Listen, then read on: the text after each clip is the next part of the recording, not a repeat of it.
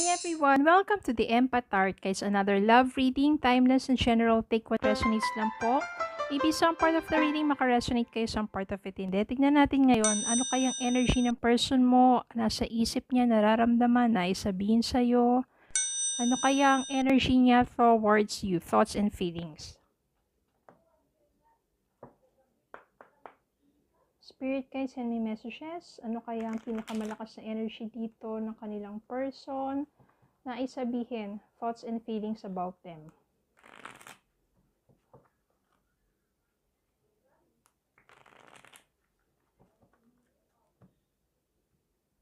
Ayan. Spirit guys, send me messages. Ano kayang thoughts and feelings ng person nila sa kanila? Anong nais sabihin sa kanila? Ano kaya ang energy ng person nila ngayon towards them?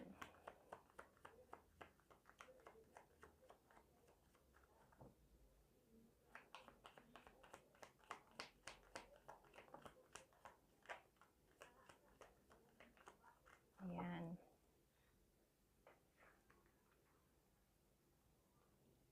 I wish I could take back my words. Siguro marami siyang mga masasamang salita na bitawan. No? Parang nang nagtalo kayo or basta marami siyang mapananakit na salitang nabitawan sa'yo. Kaya sana raw, mabawi pa niya yun. Pero minsan kapag nasabi na, syempre, hindi na talaga mahirap nang bawiin yung mga, lalo na yung mga masasakit na salita. Sometimes, I stay awake thinking about you. Yan, iniisip ka niya. Minsan hindi yan makatulog kakaisip sa'yo. I am afraid to contact you. Takot yan. Diba? Nakontakin ka. Kasi nga, siguro sa mga nagawa niya sa'yo, ayan, wala siyang lakas ng loob na harapin ka. Nakontakin ka, na makausap ka kasi natatakot yan sa mga sasabihin mo. So, tignan po natin ngayon. Spirit guys, send me messages. Ano ba nangyari sa connections na to? Ano pa bang energy ng person niya? Anong mga lessons in life and mga guidance ang nais yung iparating sa amin?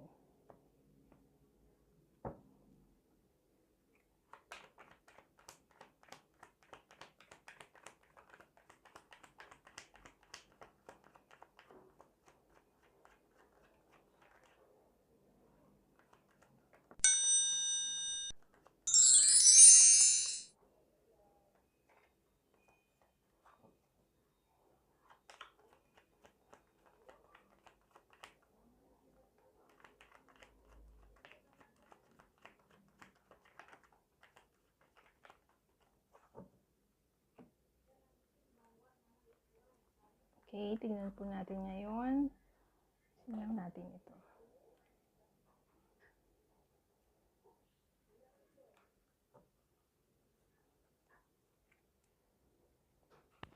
Nine of Pentacles. Maaring ikaw to, maaring person mo, na single, walang ka-partner ngayon, walang karelasyon, pero maayos, maaring ikaw to. Maayos ang iyong kalagayan ng estado, okay ka sa trabaho mo, sa kung ano pa man yung pinagkakaabalahan mo. You're single but you're doing very well with your life, kaya maayos ang iyong kabuhayan.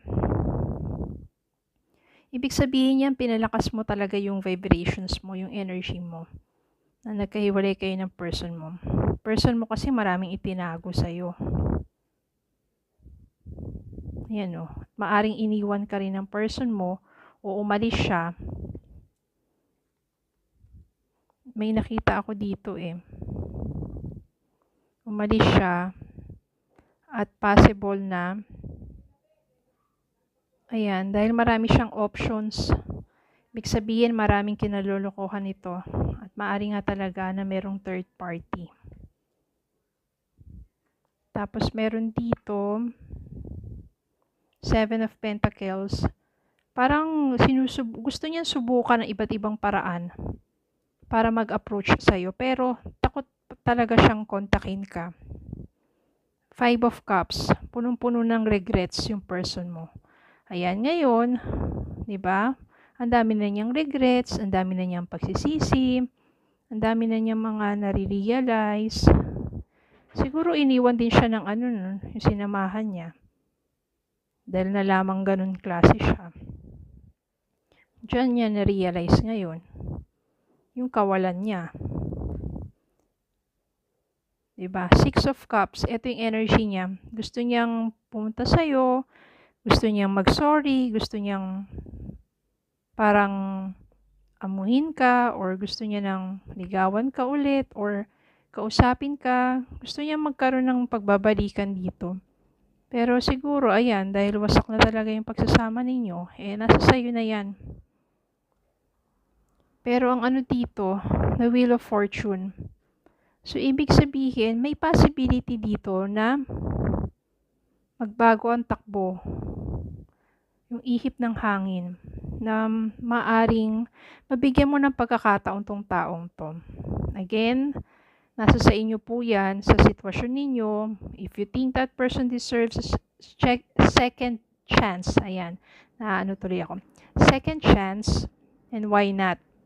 Diba? Pwede naman patawarin nyo siya, pero hindi na pwedeng magsama pa muli. Diba? Kasi lalo na kung nag-heal ka na, move forward ka na with your life, pwede naman yung iba, patawarin yung taong doon, tapos bigyan ng panibagong chance to be together. So, nasa sa inyo na po yun. Pero ang pinakamaganda dito, ikaw, magiging maganda yung takbo ng kapalaran mo.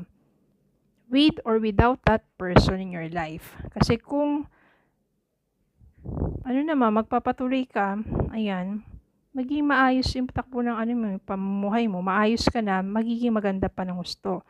Ngayon, kung bibigyan mo ng pagkakataon tong taong to, kung nandyan yung matinding pagsisisi niya, at maaari nga sa pagbabalik niya, it will be love the second time around, it will be sweeter, maganda pa rin naman ang takbo ng magiging buhay mo. Ayan. So, nandito yung bottom of the deck, Ten of Pentacles. Kunin ko lang. Ibig sabihin, this will be abundance. Sa love, sa wealth, sa health, maganda. No, ibig sabihin, nandito, so maaari nga bigyan mo ng panibagong pagkakataon tong taong to. Again, yung mga taong kahit sobrang sama at sakit ang naranasan mo o ginawa sa'yo, kung tunay sa kalooban nila yung pagsisisi na yon at paghingi ng tawad din kay Lord sa'yo, sa mga taong na saktan niya, kung tunay talaga siya nagsisisi at sincero siya sa pagbabago niya, napakaganda. Diba? Napakalaki na magiging mararamdaman mong pagkakaiba ng relasyon nyo before at itong nagbago na siya. Pero yung iba naman na kunwari lang, di ba, just to manipulate you, pero gano'n naman, ulitin na naman, iba naman na yun. It's better to let go that person. Okay, pero dito sa energy na to, I wish I could take back my words. Sometimes I stay awake thinking about you. Di na makatulog yan sa konsensya niya. I am afraid to contact you at natatakot siya talaga na kontakin ka kasi malamang natatakot siya sa mga sasabihin mo sa kanya.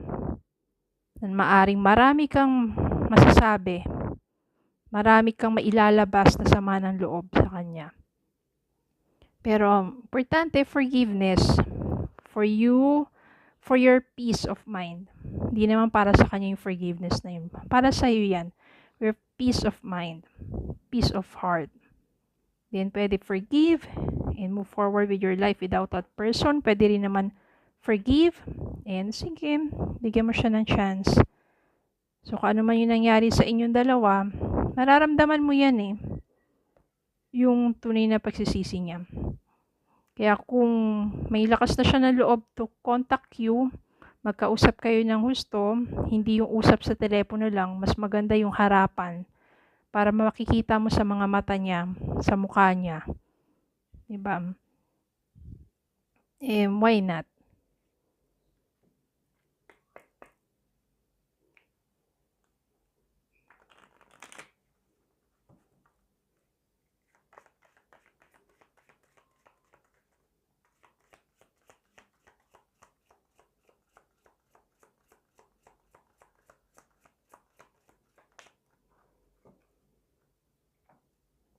Ayan na nga.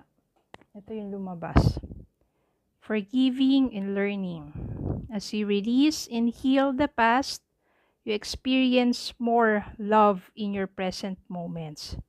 So, forgiving and learning.